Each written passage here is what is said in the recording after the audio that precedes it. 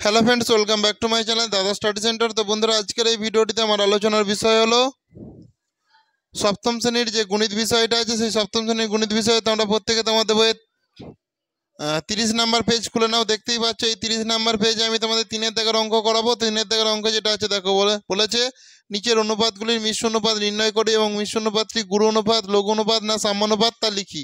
ওকে, দেখো এখানে 1-এর দাগের অঙ্কটা আছে 8:6, 3:6 ও 26:13।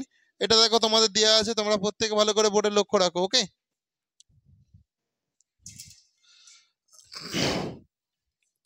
তাহলে এখানে দেখো 8। ওকে, তাহলে 8, এটা আমি প্রথমে কি করবো, এটাকে মিশ্র অনুপাত করতে হবে। তাহলে মিশ্র অনুপাত করতে গেলে আমাকে কি করতে হবে, মিক্স করতে হবে নিশ্চয়ই। তাহলে আমরা এখানে কি লিখবো, মিশ্র অনুপাত সমান লিখবো। আগে দেখো মিশ্র অনুপাত সমান মিশ্র অনুপাত সমান দেখো 8 ইন্টু এই 8 হয়ে গেল। এখান থেকে দেখো এই 3 ইন্টু হয়ে গেল। এখান থেকে দেখো 26। ওকে, 26ও তাহলে হয়ে গেল। ক্লিয়ার হয়েছে? ইসরু দিলাম।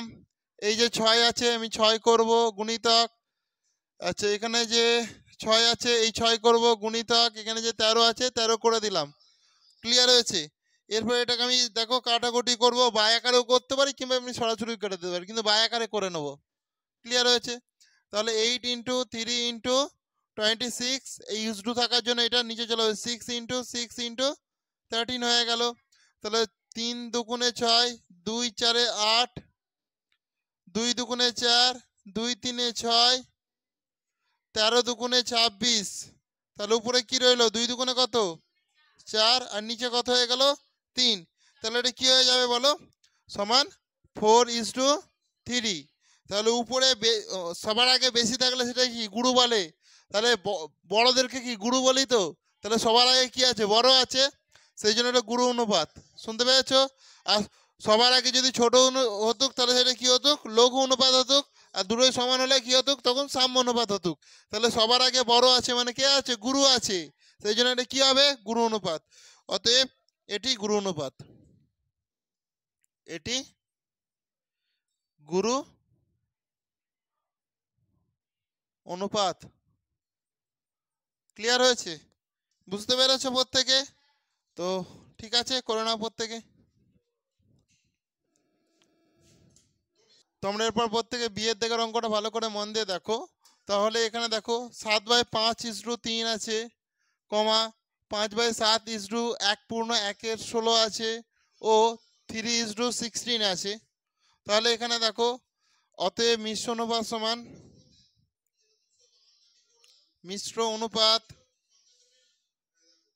অনুপাত সমান, তাহলে দেখো 7/5 গুণিতক, তাহলে এটা দেখো প্রথম পদ, এটা দেখো।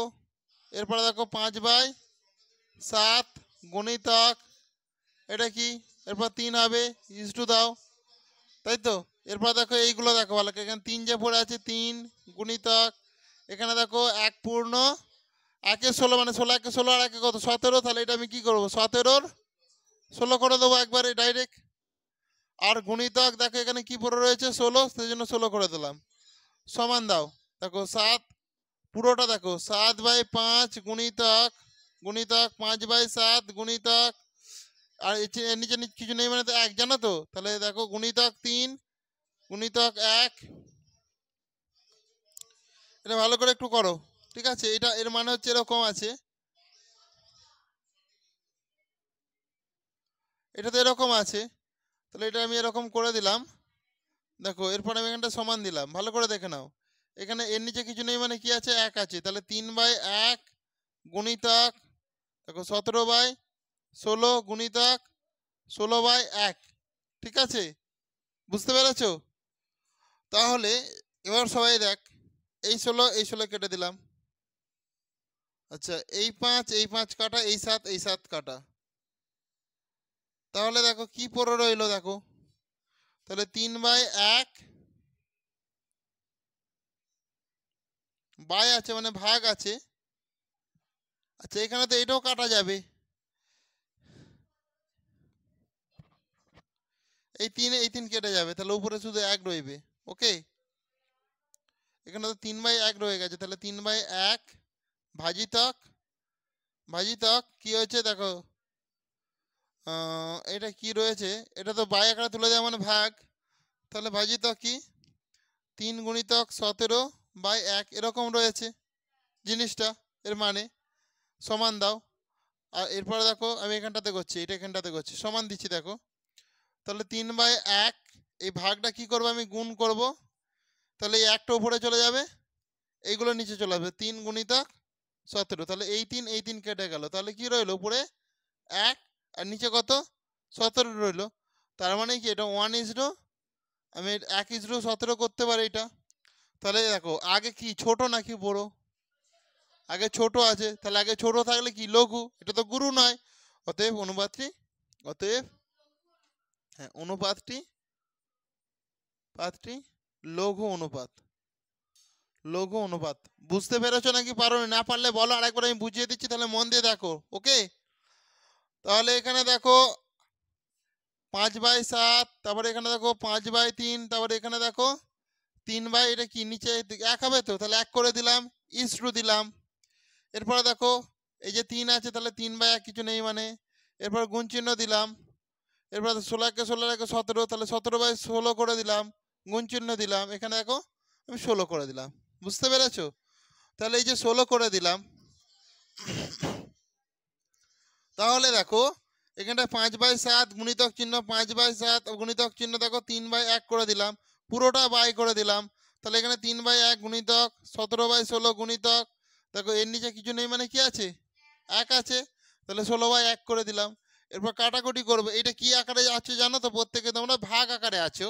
আচ্ছা, তাহলে এই 5 কাটা, এই 7 কাটা, নিচে 3/1, তাহলে 3/1 রইলো, ভাগ চিহ্ন দিলাম, তাহলে দেখো এই 16 কাটা, তাহলে দেখো 3 গুণিতক 17 রইলো, তাহলে 3 গুণিতক 17 কিছু নেই মানে নিচে 1 আছে, 1 হয়ে গেল। সেই জন্য এই ভাগটাকে দেখো আমি কি করে দেবো, ভাগটাকে আমি গুণ করে দেবো, তাহলে 3/1 হয়ে গেল, গুণিতক চিহ্ন করে দিলাম, তাহলে এই একটা উপরে চলে যাবে, এই 3 গুণিতক 17টা নিচে চলে আসবে, তাহলে এই 3 কেটে গেল, তাহলে এখানে কি 1, তাহলে এখানে কত 17, তাহলে 1:17।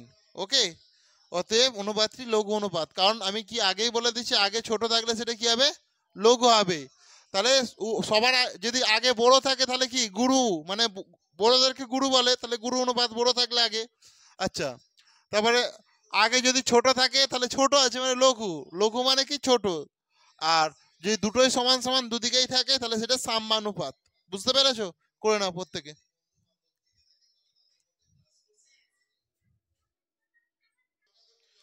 তোমরা প্রত্যেকে সি এর দাগের অঙ্কটা ভালো করে মন দিয়ে দেখো, এখানে সি এর দাগের অঙ্কটা দেখো যেটা বলেছে 8:5, 7:12, 22:13। ওকে, অতএব মিশ্র অনুপাত সমান,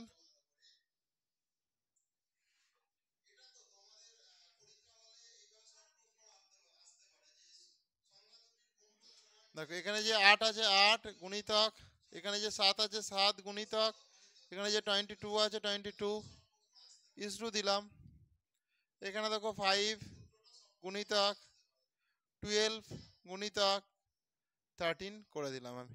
ক্লিয়ার হয়েছে? তাহলে এখানে দেখো সেইভাবে তো কোনো কিছু যাচ্ছে না, তাহলে দেখো দুভয় পক্ষে দেখো কোনো কাটাকুটি করা যাচ্ছে, করাতে যাচ্ছে না, তাহলে দেখো 8 গুণিতক 7 গুণিতক যেরকম 22 আছে করে দাও, এখানে দেখো 5 গুণিতক 12 গুণিতক 13, একটা যাবে কোনটা, 2 6 12, 2 11 22, 2 দিয়ে যাবে, এটাকে যাবে দেখো 2 4 8, 2 3 6, আর যাবে না কিছু দিয়ে, তাই তো? তাহলে 11 7 77, এখানে 4 দিয়ে গুণ করে দাও, 7 4 28 8 হয়, দেখো 2 7 4 28 30, মানে 308, 308 হয়ে গেল। এরপরে দেখো 13 13 13 13 3 13 3 39, আর এখানে যেরকম 5 আছে করে দাও, 5 9 45 এর 5 হয় থেকে 4, 5 3 15, 16 17 18 19, মানে 195 হচ্ছে, 195। ওকে, সমান 308:195। ক্লিয়ার হয়েছে? এটা তাহলে কি অনুপাত? গুরু অনুপাত। কেন গুরু অনুপাত? আগে গুরু আছে তাই, আগে গুরু আছে তাই, তার মানে গুরু মানে কি বড় আছে, অতএব এটি গুরু অনুপাত। বুঝেছো? করে নাও প্রত্যেকে।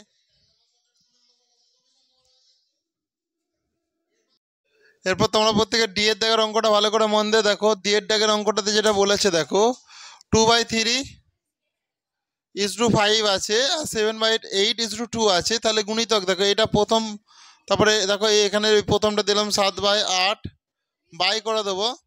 দেখো 5 গুণিতক 2, ক্লিয়ার হয়েছে?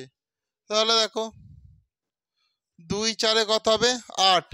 তাহলে 7/12 ভাজিতক 10। এর নিচে কিছু নেই মানে কি? 1 তো। কিছু নেই মানে কি? 1 তো। তাহলে আমি গুণ করে দেবো, পুরো সমান দাও। তাহলে 7/12 গুণিতক 1/10 হয়ে যাবে গুণ করে দিলে। তাহলে 1 7 7, 12 10 120।